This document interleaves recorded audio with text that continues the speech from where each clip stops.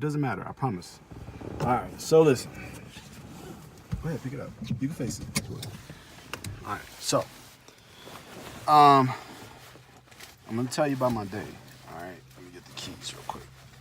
All right, and so look, I might get emotional because do you remember the last time when I was well, you've been there when I got pulled over by the cops a few times, right? So yeah, okay. So today, I went to go get my car. Let me turn this down. I went to go get my car fixed, right?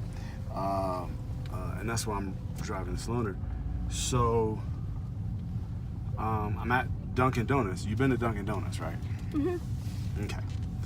So I'm at Dunkin' Donuts, and you know me, sometimes I want to film something or whatever. So I'm not saying that everything is about race, but what have I said about race? That's not real. Right, that it's not real. It's not real. But what is real are people's belief in it, right? Mm-hmm. Belief that race exists, but it doesn't. So I was in a situation today at Dunkin' Donuts where I didn't know if it was because I was black, if it was racism or not. All I know is Dunkin' Donuts all of a sudden has a 1 hour rule.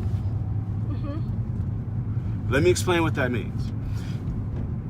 I have never heard of a donut shop that has a rule that you can only be in it even after you pay for something for an hour. Dunkin' Donuts, that happened to me today. Now, have you ever heard of a 1 hour rule in Dunkin' Donuts? No. Okay, so now you have to ask the question, well, why all of a sudden is there a 1 hour rule, right? And I don't know, face it that way so that you can see the mountains. Look at how beautiful that is, right? Yeah. Right. So we say that race doesn't exist. We say we say that racism exists, but this is how it happened to me. I was here to pick you up today, right? Mm-hmm.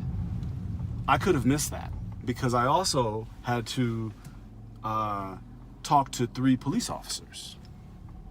Why? After exactly why? Okay, so before the lady at Dunkin' Donuts told me about this 1 hour rule, she called the police. And I'm wearing this jacket. Again, I'm taking pictures because I found this cool cemetery behind Firestone. I'm gonna find something, I'm gonna take some pictures of something. So behind the place where I was getting my tire fixed, there was a cool cemetery. And I can show it to you and stuff, some of the pictures or whatever. So I could have looked suspicious in this coat, right? And then I have these dreads, so that can scare people, right? Yeah. So, but sometimes I forget that could scare people, and I do things and it makes them feel a certain way. But if you saw it, you wouldn't feel a certain way because you know me. Yeah. Right? So that's what happened to me today, where I ended up having to talk to the police because somebody viewed me as suspicious looking. But you're not. Well, yeah. Well, yeah. Okay, all right. I'll accept that. Oh, look at that. Look at how beautiful that is. The clouds make it even prettier. Right. So, like I told you, race doesn't exist, but racism, it's one of those things that it's hard to touch. So sometimes people can make you feel. I'm taking you up there, right? To Mom's? Yeah. Yeah. Okay.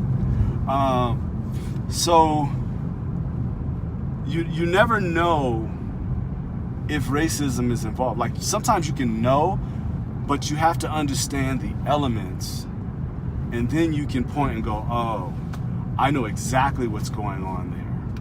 So that's why, you have this thing where I'm wearing this fatigue coat, which some people can see as homeless or whatever, or what's wrong with you wearing that ugly coat or this, but this is also the same coat I wore when I was in the Army. Yeah. Do you know what I'm saying? So it depends on your perspective. So I could look suspicious.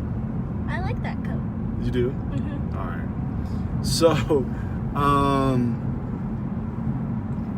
So that's how racism functions when you're black. Now, I said race doesn't exist, and I call myself black. I'm black because I experienced this particular kind of condition that causes people to make up rules on the spot. Yep. That is what black is. That when people say black, they're not talking about a group, a race of people. They're talking about a people under a certain condition. And that condition sounds like a 1 hour rule. Yeah. So yeah, that's it. I didn't know I would be able to hold my emotions in, but I think I've been thinking about it so much that I was able to articulate it to you. I'm proud of myself. You know, I'll be crying and shit. You know. Good job. Love you. All right, you can stop. Okay.